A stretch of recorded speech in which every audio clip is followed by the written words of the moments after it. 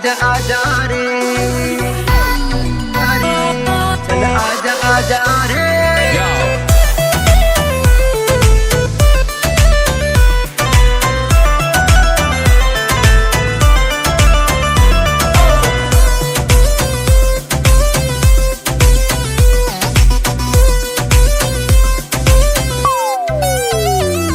एक पेक लगा ले मस्ती में, चल आजा मेरी बस्ती में।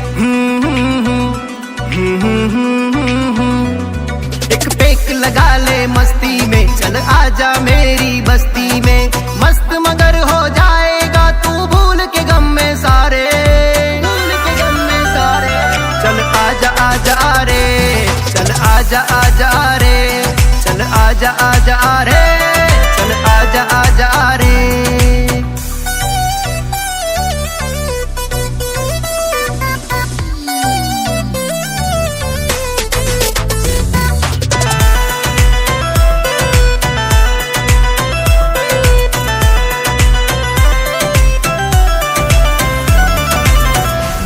मरीजों को हो आए आराम, छोड़ के सब कुछ तो ले ले एक जान।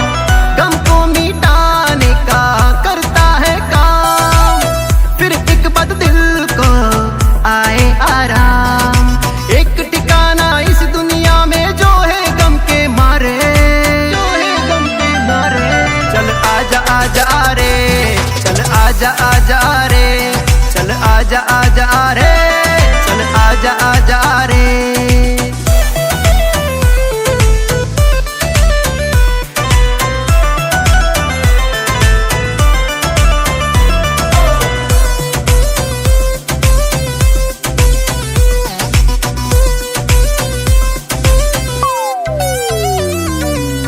आजा तू बेट सारी दुनिया भुला दे, मार दे ठोकर सारे गम को मिटा दे।